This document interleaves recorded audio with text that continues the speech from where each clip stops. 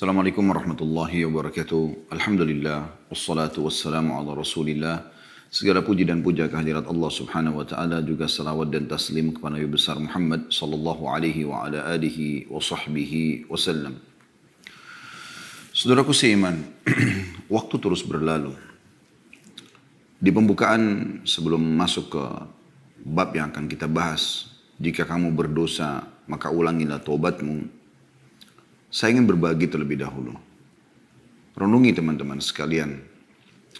Terlalu banyak sekali lagi orang-orang sebelum kita.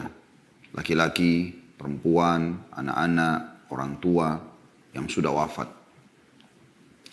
Sesehat apapun badan mereka, setinggi apapun prestasi dunia mereka telah kejar, dan semua yang berhubungan dengan masalah target-target yang biasa dijadikan sebagai target utama setiap orang di muka bumi ini, mereka sudah coba raih, mengejar dan raih, tapi mereka meninggal dunia teman-teman sekalian.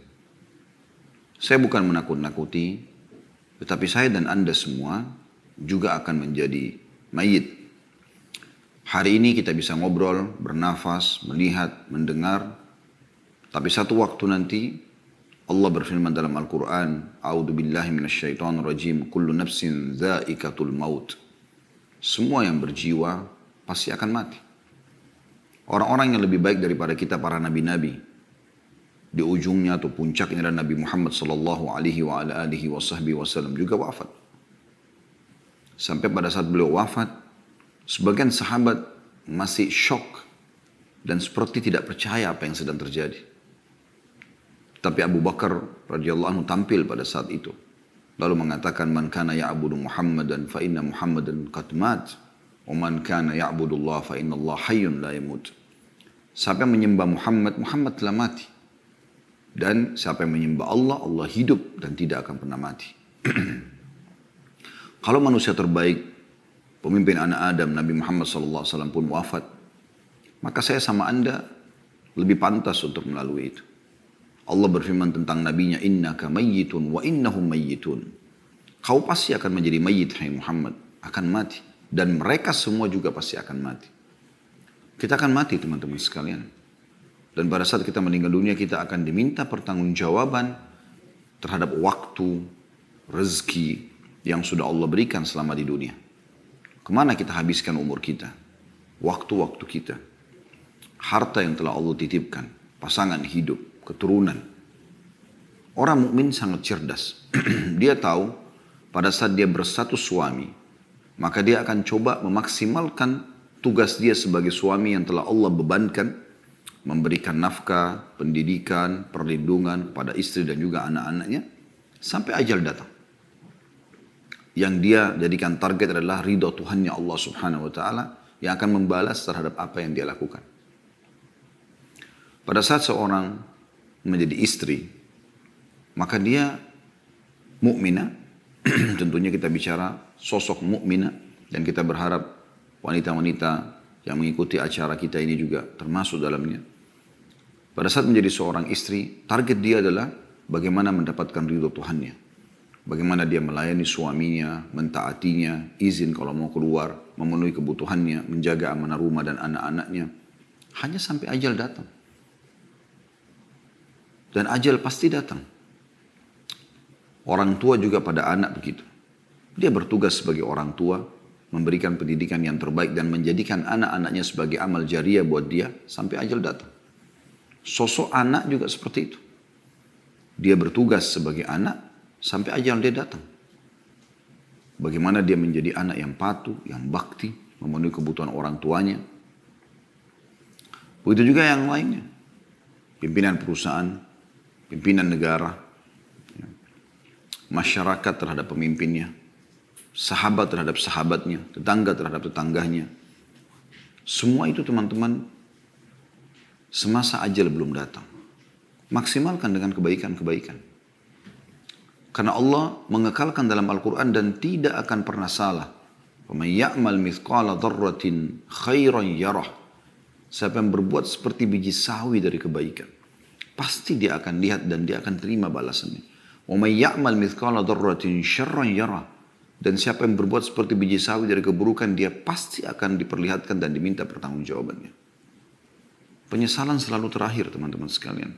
Dan jangan Anda tiba di penghujung itu baru ada menyesal. Para ulama mengatakan bahwasanya fenomena yang sedang terjadi. Misal, orang bisa merasakan suka dukanya kehidupan, terutama dukanya misalnya sakit, gangguan orang.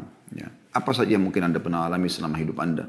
Anda lagi jalan ke seleo, Anda flu, Anda demam, ada orang utang tidak bayar, ada gangguan orang yang menggunjing, yang memfitnah. Semua orang kena. Semua itu peringatan dari Allah Subhanahu wa Ta'ala. Bahwasanya di dunia ini hanya sebagai peringatan. Di akhirat akan ada siksaan yang abadi, yang sangat menyakitkan. Penyesalan pada saat itu tidak berguna lagi. Saya sarankan teman-teman mengikuti ceramah kami dan sampai sekarang juga masih berjalan di hari Senin sore. Membahas 30 sekian pasal masalah neraka. Dan kita sudah sampai ke pasal 20 sekian. Kalau Anda mau live, kalau Anda tidak mau live, sudah ada siaran ulang insya Allah. Anda bisa dilihat di playlist YouTube tentang bedah buku Rasulullah SAW cerita tentang surga dan neraka. Bercerita tentang surga dan neraka. Masing-masing 30 pasal sekian. Renungi teman-teman sekalian, itu bukan sebuah dongeng, tapi kepastian. Kita semua akan menuju kepada Tuhan kita. Pertanyaan sederhana, sampai kapan kita terus dalam pelanggaran-pelanggaran? Sampai kita meninggal seperti orang-orang terdahulu sebelum kita. Kemudian hanya ya, kita sendiri akan melalui akibatnya mendapatkan. Teman-teman yang selama ini mengajak Anda bermaksiat kepada Allah SWT, paling jauh hanya bisa sampai di atas liang lahat Anda. Dia tidak akan turun untuk tinggal bersama Anda, menemani Anda sambil mengatakan, dulu kan saya mengajak kamu mabuk, saya mengajak kamu berzina, saya mengajak kamu riba, saya mengajak kamu mencuri, lalu kemudian saya sekarang siap menemani kamu. Gak ada. Paling lama mereka 15-20 menit, setengah jam mereka akan tinggalkan dan beraktivitas seperti biasa. Anda akan tinggal sendiri di kuburan tersebut. Sering teman-teman sekalian lewatin kuburan. Selain ucapkan salam sunnah Nabi SAW, Assalamualaikum dara qaumin mu'minin, keselamatan bagi kalian wahai penghuni negeri orang-orang beriman.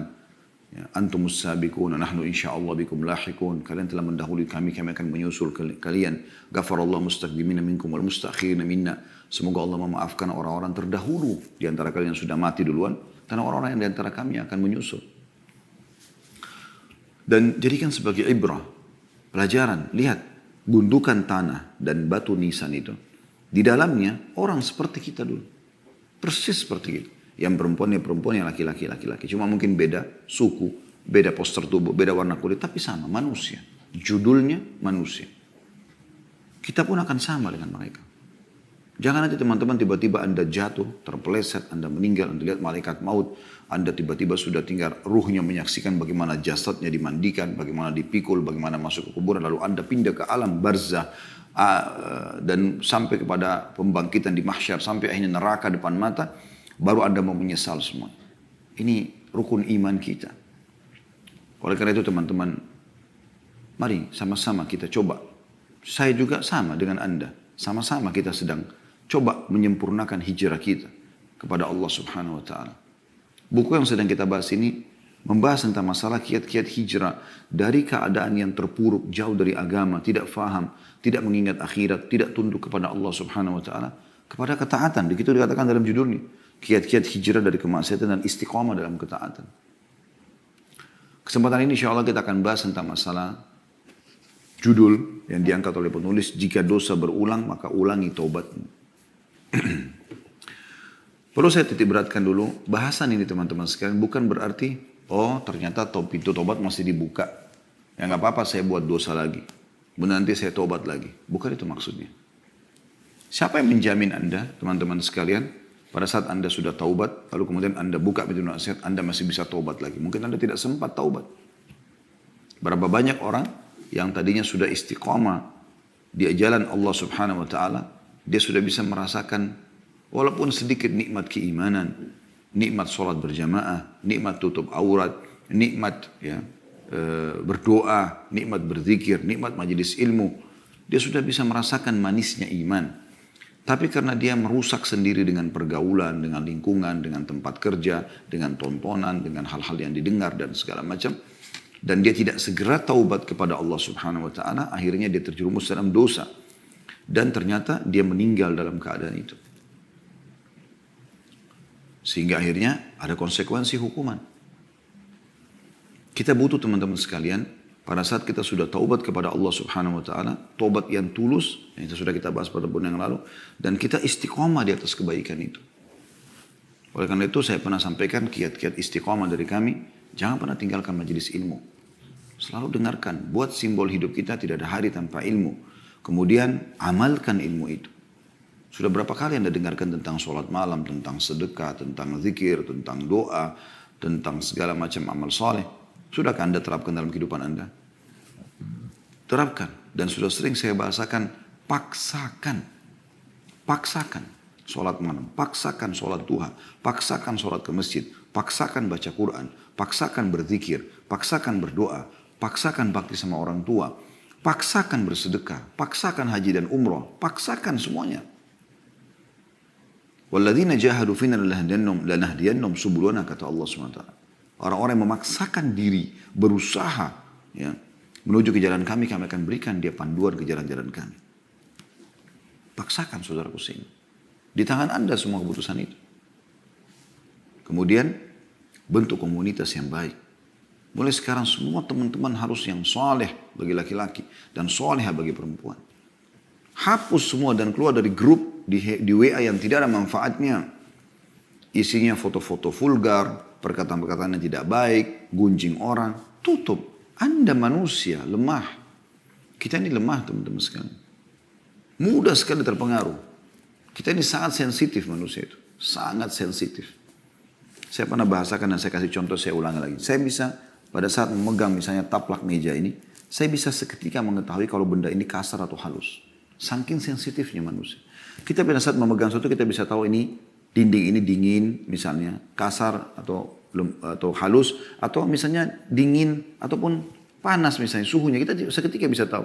Misalnya kalau karena ruangan dingin misalnya, atau lagi musim dingin, atau lagi musim panas gitu kan. Kita bisa bedakan teman-teman sekarang seketika bau itu wangi atau busuk. Kita bisa seketika membedakan ini terang atau gelap dengan mata kita selama masih normal. Kita bisa bedakan mana intonasi suara yang keras, mana yang kecil dengan kuping kita. Kita bisa bedakan dengan lidah kita, oh ini manis, oh ini asam, oh ini pedas. Kita bisa rasakan semuanya seketika. Jadi kalau Anda mendengar sesuatu yang berbau kemaksiatan lalu Anda mengatakan saya tidak terpengaruh, itu nggak mungkin. Memang harus tutup kuping itu. Para salafus saleh kalau lewat mendengarkan musik atau mendengarkan sesuatu yang bisa mengganggu imannya, mereka tutup kuping mereka. Segera selamatkan diri. Lisan, kontrol. Sebelum mengucapkan teman-teman, pikir dulu, ucapan ini perlu nggak saya sampaikan? Perlu nggak saya ucapkan? Kalau enggak, jalankan sabda Nabi SAW. Man kana yu'minu billahi wal yawmil akhir falyakul khairan aw liyasmut. Sampai mengaku beriman kepada Allah dan hari akhir, ucapkan yang baik saja atau dia diam. Sampai pernah Nabi SAW mengingatkan, banyak orang masuk neraka karena lisannya. Maka kata Mu'adz bin Jabal, ya Rasulullah, apakah kami akan dihisab sama Allah karena lisan kami? Kata Nabi SAW, celaka hai Mu'adz kalau kau tidak tahu. Mayoritas orang masuk neraka justru karena lisannya. Sampai kata Nabi SAW, siapa yang bisa menjamin untukku apa yang diantara dua pipinya, lisannya, dan apa yang diantara dua kemaluan, dua pahanya, kemaluannya, maka aku akan jamin baginya surga. Kontrol. Kontrol teman-teman sekalian. Keputusan di tangan Anda. Dan Anda akan bertanggung jawab dengan itu semua. Bentuk komunitas yang baik. Nggak ada lagi grup-grup yang berbau kemaksiatan. Nggak ada lagi teman-teman tempat curhat yang aneh-aneh. Tidak ada lagi tontonan hal yang didengar yang bisa membuat Anda terbawa dengan arus mereka. Kata Nabi SAW, min husni islamil mar' tarkuhu ma la ya'ni. Termasuk kesempurnaan Islam seseorang adalah meninggalkan apa yang tidak ada bermanfaat bagi dia. Atau tidak ada hubungannya sama dia. Ada orang subhanallah sibuk buka handphone, medsos, nyari yang tidak ada manfaat. Tidak ada hubungannya sama dia sama sekali. Masuk ke alam politik, dia sendiri bukan politikus, bukan alamnya. Atau masuk membahas tentang masalah rumah tangga orang lain, artis fulan yang cerai, ini, itu, segala macam. Semua informasi terkumpul. Kenapa Anda tidak lebih baik maksimalkan memori Anda itu untuk hafal Quran, untuk hafal hadis, isi dengan amal-amal saleh. Minimal ya dicatatkan pahala walaupun itu sunnah, bukan sebuah kewajiban. Daripada nanti buku amal kita terisi dengan hal-hal yang kosong, mengkhayal, tidak ada gunanya. Tidak ada gunanya teman-teman sekalian. Menyesal loh terakhir itu, ingat itu. Akan menjadi penyesalan. Semoga Allah selamatkan kita. Bahasan kita teman-teman sekalian adalah, kalau seandainya ada orang lakukan taubat nasuha, dia maksiat lalu dia taubat nasuha. Dengan syarat yang sudah kita sampaikan, Imam Nawawi rahimahullah mengatakan 3 syarat, meninggalkan dosa itu seketika, menyesali dan berjanji sama Allah tidak akan mengulanginya. Akan diterima taubatnya. Tapi berjalan waktu, ternyata dia mengulangi lagi dosa. Dengan tidak ada maksud dari awal pada saat dia taubat. Ya. Misal setelah 5 tahun, 10 tahun kemudian dia terjerumus lagi dengan perzinahannya, atau dengan ghibah atau apa saja. Karena lemahnya iman pada saat itu. Apa yang harus dilakukan? Taubat lagi. Tapi ingat ya, bukan taubat ini direkayasa. Artinya gini, dari awal waktu dia taubat pertama, dia tinggalkan dosa. Baiklah, zina berhenti. Sesali, tapi dia belum berjanji, belum bertekad. Kalau ada kesempatan satu waktu, saya juga gampang taubat. Berarti taubat awal sudah tidak diterima sama Allah SWT. Ini betul-betul murni, dia tidak mau, dia menyesal, dia tekad benar-benar bulat. Satu waktu memang lemah imannya, lalu kemudian dia terjumus lagi. Apa yang harus dilakukan? Taubat lagi. Karena syaitan berhasil menyerang dia pada saat itu. Tugas dia adalah melawan syaitan itu. Melawan syaitan dengan apa? Dengan memberhentikan serangan syaitan tadi. Maksiat itu adalah serangan syaitan. Ibarat Anda kalau sedang ada godaan untuk berbuat dosa, misal mendengar yang haram, melihat yang haram, tangan menjamah yang haram, kemaluan melakukan yang haram, kaki melangkah yang haram. Ini sebenarnya Anda sedang diserang sama syaitan. Saya ulangi lagi. Anda sedang diserang sama syaitan. Yang ketiga kali saya ulangi. Anda sedang diserang oleh musuh Anda, syaitan. Pertanyaan saya teman-teman sekalian. Kalau Anda sedang diserang, apa yang Anda lakukan? Renungi, perkataan ini renungi. Kalau Anda sedang diserang oleh musuh, apa yang Anda lakukan? Diam saja kah? Atau menangkis dan melawan? Tidak ada pilihan lain. Kalau Anda diam saja, berarti syaitan atau musuh kita leluasa. Dia mau penggal leher kita, dia mau tusuk dada kita, dia mau tusuk perut kita, terserah dia.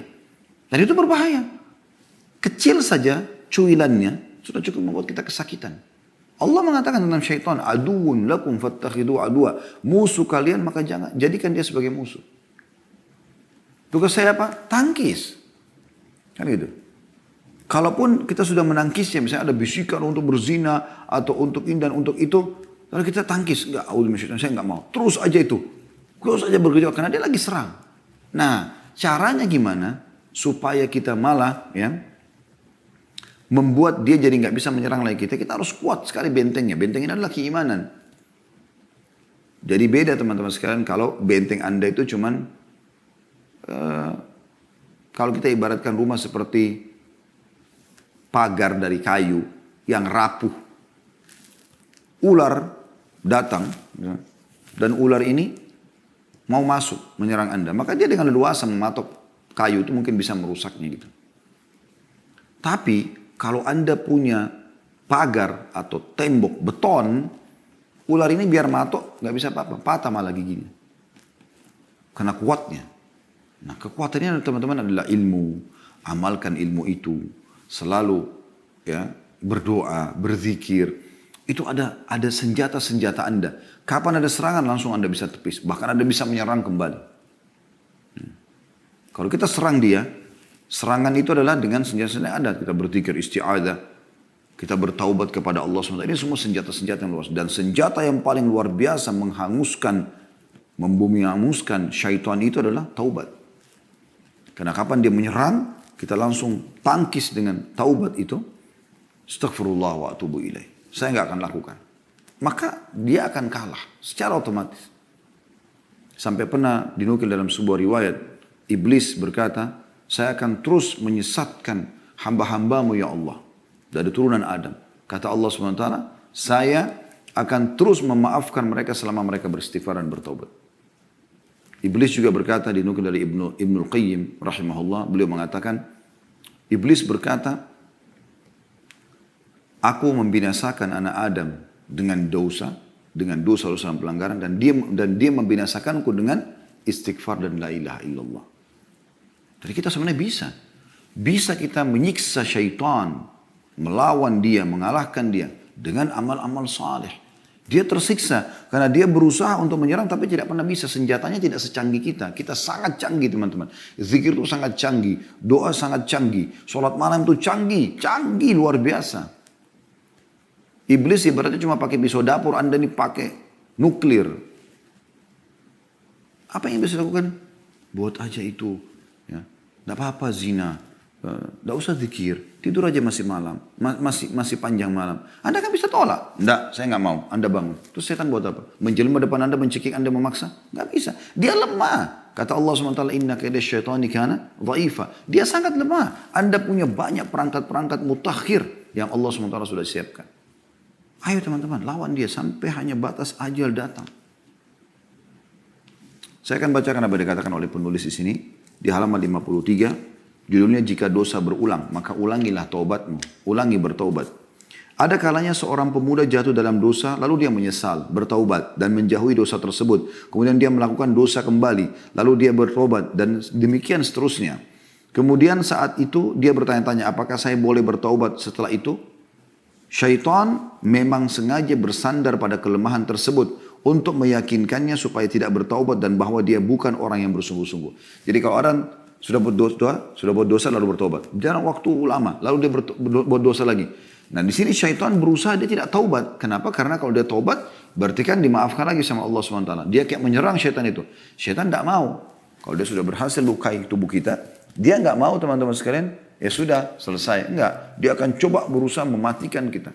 Ya, berusaha terjerumus dalam dosa-dosa. Dari zina yang kedua, zina yang ketiga, zina yang keempat. Seakan-akan kita tidak usah bertobat. Atau tidak diterima taubatnya karena terlanjur mengulangi dosa. Ini semua waswas syaitan. Justru pada saat itu yang paling Anda butuhkan adalah taubat. Ulang lagi, taubat lagi. Kata beliau, tetapi jika dia berpikir dalam hati dengan sungguh-sungguh, dia akan mengatakan dosa yang pertama telah berlalu dan aku telah bertaubat darinya. Sedangkan ini adalah dosa yang lain dan aku harus bertaubat darinya. Lebih baik aku meninggal dalam keadaan bertaubat daripada aku mati dalam keadaan tetap melakukan dosa. Dalam sunnah nabawiyah, maksudnya dalam hadis Nabi SAW, ada riwayat yang menegaskan makna di atas. Dalam As-Sahihain, riwayat Bukhari Muslim, dari hadis Abu Hurairah radhiyallahu anhu disebutkan bahwa Rasulullah sallallahu alaihi wasallam bersabda, inna abdan asaba dhanban wa rubbama qala adhnaba dhanban faqala rabbi adhnabtu wa rubbama qala asabtu faghfir li faqala rabbuhu a'alima abdi anna lahu rabban yakfiru adh-dhanb wa ya'khudhu bihi غفرت لعبدي ثم مكث ما شاء الله ثم أصاب ذنبا أو أذنب ذنبا فقال ربي أذنبت أو أصبت آخر فاغفر لي فقال علم عبدي أن له ربا يكفر الذنب ويأخذ به غفرت لعبدي ثم مكث ما شاء الله ثم أذنب ذنبا وربما قال أصاب ذنبا فقال ربي أصبت أو قال أذنبت آخر فاغفر لي فقال علم عبدي أن له ربا يغفر الذنب ويأخذ به غفرت لعبدي ثلاثا فليعمل ما شاء. Sesungguhnya seorang hamba melakukan dosa, kata Nabi SAW. Atau beliau bersabda, berbuat dosa. Lalu dia berkata, wahai Tuhanku, aku telah berbuat dosa. Maksudnya dia menyesali. Atau kata Nabi SAW, dia mengatakan, aku melakukan dosa, maka ampunilah aku. Tuhannya berfirman, apakah hambaku ini tahu bahwa dia mempunyai Tuhan yang mengampuni dosa dan menghukum karenanya, karena perbuatan dosa tersebut? Maka Allah mengatakan, aku telah mengampuni hambaku ini. Karena dia tahu dia punya Tuhan yang akan memaafkannya. Kemudian dia tinggal selama yang Allah kehendaki. Maksudnya berjalan umurnya beberapa tahun, beberapa waktu. Kemudian dia melakukan dosa lagi atau berbuat dosa lagi. Maka dia berkata lagi, wahai Tuhanku, aku telah berbuat dosa atau melakukan dosa lagi, maka ampunilah. Tuhannya berfirman, apakah hambaku mengetahui bahwa dia mengetahui Tuhan yang mengampuni dosa dan menghukum karenanya? Tanda tanya. Maka Allah mengatakan, aku telah mengampuni dosaku. Atau telah mengampuni hambaku ini. Kemudian dia pun tinggal selama yang Allah kehendaki. Berjalan lagi sekian tahun umurnya. Kemudian dia berbuat dosa lagi. Atau beliau SAW mengatakan melakukan dosa kembali. Maka ia berkata, wahai Tuhanku, aku telah melakukan dosa. Dan beliau bersabda, berbuat dosa. Atau berbuat dosa. Maka ampunilah aku. Tuhannya pun berfirman, apakah hambaku mengetahui bahwa dia mempunyai Tuhan yang mengampuni dosa dan menghukum karenanya? Aku telah mengampuni dosaku, aku telah mengampuni hambaku 3 kali. Maka lakukanlah apa yang dia kehendaki. Hadis ini riwayat Bukhari nomor 7507, Muslim 2758. Itu tadi dimaksud di sini adalah bahwasanya dia setelah itu boleh beramal saleh. Tidak ada masalah, yang penting dia sudah taubat.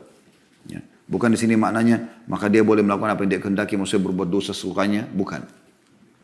Berarti sekarang silakan lagi beramal saleh, karena tobat-tobat yang dia ajukan sudah dimaafkan oleh Allah Subhanahu wa taala.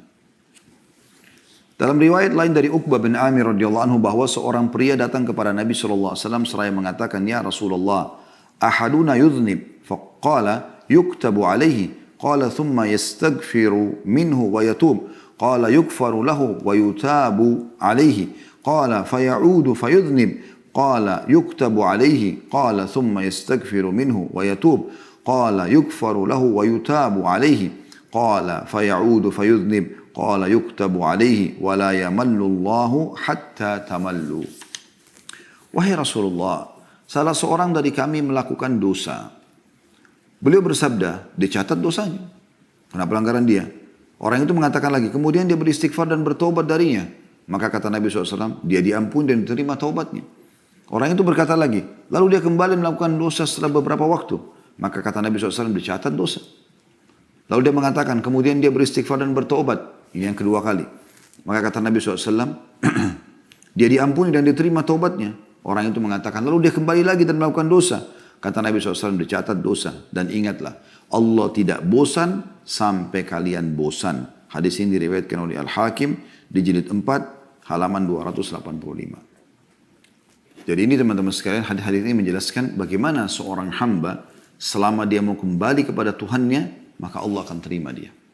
Dan cara yang terbaik pada saat seorang terjerumus dalam dosa, bertobat. Tidak ada solusi lain. Astaghfirullah, artinya aku memohon maaf ya Allah. Wa atubu ilaik, dan aku taubat kepadamu, artinya aku kembali ke jalanmu dan aku berikrar tidak akan mengulanginya. Tidak ada solusi lain. Dan dengan itu Allah akan maafkan kesalahannya, dan secara otomatis semua fasilitas akan kembali dia bisa nikmati. Ibnu Abi Dunya dengan sanadnya meriwayatkan dari Ali radhiyallahu anhu, dia mengatakan sebaik-baiknya adalah setiap orang yang diuji dalam kurun dengan dosa lalu bertaubat. Ditanyakan, jika dia mengulanginya lagi, maka dia menjawab, dia beristighfar kepada Allah dan bertaubat. Ditanyakan, jika dia kembali berbuat dosa, dijawab, maka dia menjawab, dia beristighfar kepada Allah dan bertaubat. Ditanya, sampai kapan? Kata beliau, sampai syaitan berputus asa. Karena syaitan tadi harapannya adalah kalau kita berbuat dosa, kita merasa terkucilkan, kita merasa Allah tidak akan terima, bersangka buruk dengan Allah, lalu kemudian kita terus terjerumus dalam dosa. Dia berharap kita celaka dan bersama dari neraka. Oleh karena itu, yang terbaik adalah taubat. Lalu teman-teman sekalian, saya kembali mengingatkan, poin yang sedang kita bahas ini bukan berarti menggampang-gampangkan, oh kalau gitu buat dosa aja nggak apa-apa nanti taubat lagi. Itu berarti dari awal dia memang meremehkan masalah ini. Kita sedang membahas orang yang melakukan dosa, kemudian dia coba istiqomah, satu waktu dia safar satu negeri, dia terjerumus berteman sama orang-orang yang buruk, lalu terjerumus dalam dosa, kemudian dia kembali. Nah ini dimaksud di sini. Ya. Tidak boleh dia putus asa dari rahmat Allah Subhanahu wa taala. Tetap dia kembali kepada Allah Subhanahu wa taala. Tentu akan lebih baik, jauh lebih baik dan lebih afdal orang yang terus istiqomah dan tidak buat dosa.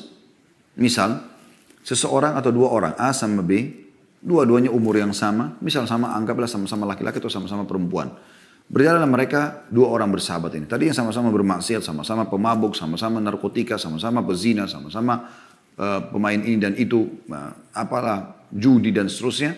Lalu mereka taubat nasuha. Hijrahlah mereka ini. Sebagaimana sekarang tidak asing, Masya Allah, di beberapa komunitas ikhwah dan akhwat kita, yang dulunya masa lalunya kelam, mereka sekarang sudah hijrah. Baik, berjalan waktu. Setelah berjalan waktu, si A terjerumus lagi dalam kedosa setelah 2-3 tahun. Terjerumus lagi dalam dosa-dosa yang dia lakukan walaupun tidak semua diulangi sama dia.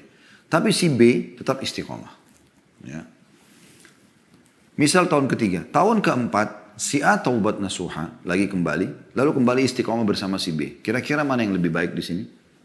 Lebih baik tetap si B. Ya kan? Karena di waktu yang si A berbuat dosa, walaupun dia taubat Allah maafkan, di detik-detik yang dia pakai dosa, si B sedang melakukan ketaatan. Iya kan? Misal si B lagi sholat malam, si A lagi di karaoke. Walaupun nanti si A ini taubat nasuha, tapi tetap detik-detik itu kosong dari amal soleh. Si B telah mengisi dengan amal soleh. Kan begitu. Jadi kalau kita tanya mana yang lebih baik, ya tentu yang sudah taubat sekali lalu dia istiqomah. Dan itu dicontohkan oleh para sahabat ridwanullahi alaihim.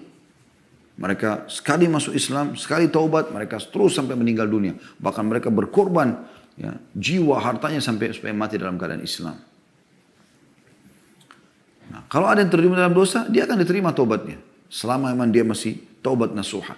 Tetapi, walaupun nanti dimaafkan dosanya, tapi ada detik-detik di waktu dia buat dosa yang dia tidak terisi amal saleh. Mungkin orang yang seumur dengan dia nanti akan mengalahkan dia di sini karena diisi dengan amal saleh. Mudah-mudahan ini bisa ditangkap pesannya. Kemudian pernah ditanya juga kepada Al-Hasan Basri rahimahullah, kenapa salah seorang dari kita tidak malu kepada Tuhannya? Dia memohon ampun atau ampunan atas dosanya, kemudian mengulangi lagi. Beristighfar, kemudian mengulanginya lagi. Maka dia menjawab, syaitan ingin menanamkan demikian kepada kalian. Karena itu jangan kalian bosan beristighfar. Syaitan ingin tanamkan, kan tadi, misalnya dia buat dosa lalu dia tobat nih. Mulai dia istiqamah. Ini syaitan luar biasa, ngatur strategi yang luar biasa. Supaya anda terjerumus lagi dalam dosa. Kalau anda tidak bisa, ya sudah, dia kalah. Gitu kan? Hanya sampai ajal nanti datang, saya bilang.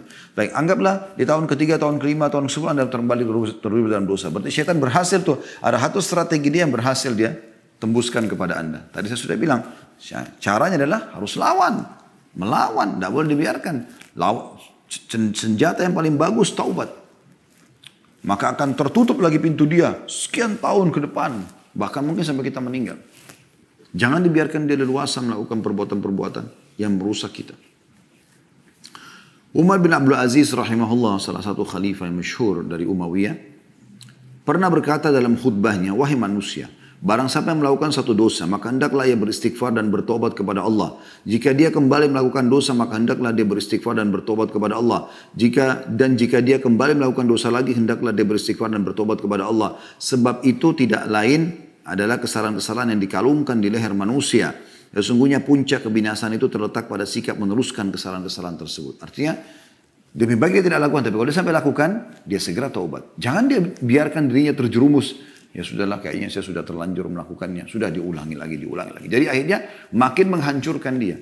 Sama ibaratnya orang minum racun, minum sedikit, kayaknya nanggung deh, minum aja semuanya. Ya bisa membinasakan. Tadi sedikitnya sudah bisa merusak tubuhnya, organ tubuhnya. Sekarang dia minum lebih banyak, maka akan lebih banyak. Seperti itu dosa. Banyak orang tidak paham ini. Dia pergi berzina, nyesal nih. Allah juga menyesal. Tapi akhirnya dia 2-3 hari gak berhubungan sama pacarnya atau lawan jenisnya. Tapi setelah itu kontek-kontekan lagi seminggu, lalu kemudian ketemu lagi, berzina lagi. Begitu terus. Akhirnya terjerumus dalam kemaksiatan kepada Allah SWT. Bahaya sekali ini. Ya. Harusnya dalam masa penyesalan itu, betul-betul dia tutup dirinya. Dia tidak mau lagi berhubungan dan segala macam. Kecuali yang halal dengan cara pernikahan itu lain. Kalau enggak ditutup sama dia. Nah kalau tidak berarti dia akan dalam kebinasaan. Itu yang beliau katakan, kebinasaan justru kalau terus-menerus dalam kemaksiatan tersebut. Justru tidak taubat. Jadi tadinya cuma luka satu titik saja yang ditusuk oleh setan, sekarang sudah pindah ke sini, pindah ke leher, pindah ke kepala, diluka-lukain. Sehingga kita makin lama sembuhnya. Ya. Kata beliau bahkan makna tersebut masuk dalam kategori firman Allah Subhanahu wa taala yang disebutkan dalam surah Al-Imran ayat 135 yang bunyinya a'udzubillahi minasyaitonirrajim walladzina idza fa'alu fahishatan aw zalamu anfusahum dzakarullaha fastaghfaru lidzunubihim wa may yaghfiru dzunuba innallaha wa lam yusirru ala ma fa'alu wa hum ya'lamun. Dan orang-orang yang apabila mengerjakan perbuatan keji atau dosa atau menzalimi diri mereka, Allah menggambarkan orang yang berbuat dosa menzalimi diri mereka. Allah menggambarkan orang yang berbuat dosa menzalimi diri mereka. Karena mereka kenapa? Mereka menjerumuskan dirinya pada kemaksiatan kepada Allah SWT. Maka ada hukumannya. Dan fasilitas akan dikurangi. Bahkan bisa dihilangkan dari dia. Mereka segera, orang-orang ini, orang yang terjerumus dalam kemaksiatan, mereka segera berzikir atau mengingat dan menyebut Allah, lalu memohon ampun atas dosa-dosa mereka. Dan siapakah yang dapat mengampuni dosa selain Allah? Dan mereka tidak meneruskan perbuatan dosa itu sedangkan mereka mengetahuinya. Jadi kalau sudah tobat jangan ulangi. Tapi kalau terjadi lagi, seperti serangan syaitan lagi lolos, ingat, lawan, ya, taubat, tutup lagi pintu itu. Dan lebih baik orang yang tidak membukanya sama sekali. Tapi kalau orang sudah terbuka, jangan putus asa dari rahmat Allah Subhanahu wa ta'ala. Juga firman Allah SWT dalam surah Al-A'raf ayat 201 yang berbunyi, A'udzu billahi minasyaitonir rajim. Innal ladzina taqaw idza massahum ta'ifun minasyaitani tadzakkaru fa idzahum mubsirun. Sesungguhnya orang-orang yang bertakwa bila mereka ditimpa was-was dari syaitan, bisikan untuk menjerumuskan diri dalam kemaksiatan, mereka ingat kepada Allah dan maka ketika itu juga mereka melihat kesalahan-kesalahannya. Artinya dia merasa, oh ini salah, saya harus berhenti. Asal memang mereka mau menangkap sinyal-sinyal dari Allah Subhanahu wa taala. Ya. Nabi Yusuf AS pada saat digoda oleh istri majikannya, maka Allah mengatakan laula ar-ra'a burhana rabbi. Kalau bukan dia melihat petunjuk dari Tuhannya, maka dia bisa terpengaruh juga. Tapi pada saat orang membuat dosa itu sering ada sinyal dari Allah. Rasa takut, rasa khawatir, ya, ada yang lihat, apalah segala macam. Mungkin kalau orang mau berzina tiba-tiba telepon pasangannya masuk, apalah, ada saja. Maka dia berhenti. Oh ini peringatan dari Allah, harus berhenti. Lawan. Ya. Pergi, kerjakan ibadah. Gitu. Kemudian dalam surah Al-Baqarah 195 juga berbunyi, Allah berfirman, A'udzubillahi minasyaitonir rajim, wala tulku biaidikum ila tahluka. Saya ulangi, wala tulku biaidikum ila tahluka. Dan jangan kalian menjatuhkan diri kalian ke dalam kebinasaan. Kemaksiatan adalah kebinasaan. An-Nu'man ibn Bashir radhiyallahu anhu, sahabat Nabi yang mulia, mengomentari berkata, idza adnaba ahadukum fala yulqiyanna bi yadihi ila tahluka wa la yaqulanna la taubata li walakin liyastaghfirillaha wal yatub ilai fa innallaha ghafurur rahim. Jika salah seorang dari kalian melakukan dosa, maka janganlah sekali-kali dia menjatuhkan dirinya ke dalam kebinasaan. Jangan dia ulangi lagi, jangan dia ikutin bisikan syaitan, ya. Dan jangan pula sekali-kali mengatakan tidak ada taubat bagiku. Akan tetapi hendaklah dia beristighfar dan bertobat kepada Allah. Sungguhnya Allah Maha Pengampun lagi Maha Penyayang. Diriwayatkan oleh Al-Baihaqi dalam Syu'abil Iman di nomor 7092. Juga dari sahabat yang mulia Al-Bara' ibn Azib radhiyallahu anhu, beliau berkata, wa qala lahu rajul, ya Aba Umarah, wa la tulku bi aydikum ila tahluka, ahuwa ar-rajulu yalqa al-aduwa fayuqatilu hatta yuqtal? Qala la, walakin huwa ar-rajulu yuznibu adh-dhanb fayaqulu la yaghfirullahu li.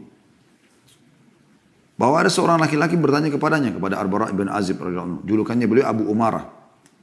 Wahai Abu Umarah, apa makna firman Allah Subhanahu wa taala, dan janganlah kalian menjatuhkan diri kalian dalam kebinasaan, surah Al-Baqarah ayat 195. Apakah maknanya adalah seseorang bertemu musuh lalu berperang sehingga dia terbunuh? Kan di sini kalau terlihat ya, wala tulku biaidikum ila tahluka. Jangan kalian membinasakan diri kalian. Apakah maknanya ini adalah masuk medan perang bawa pedang lalu hadapi musuh sehingga kita terbunuh? Maka kata beliau, bukan. Tetapi maksudnya adalah orang yang melakukan satu dosa lalu dia mengatakan Allah tidak akan mengampuni dosaku. Ya, diambil dari Al-Baihaqi juga dalam Syu'abil Iman di nomor 7093. Juga firman Allah SWT, فَإِنَّهُ كَانَ لِلْأَوَّابِينَ غَفُورًا. Sesungguhnya Allah Maha Pengampun bagi orang-orang yang taubat. Surah Al-Isra ayat 25. Artinya Allah SWT akan menerima taubat. Tidak ada kata-kata putus asa. Yang penting kita mau memperbaiki. Sahal atau Sa'id bin Musayyab rahimahullah, ini salah satu ulama tabi'in, berkomentar, huwa alladhi yudhnibu thumma yatub, thumma yudhnibu thumma yatub, thumma yudhnibu thumma yatub.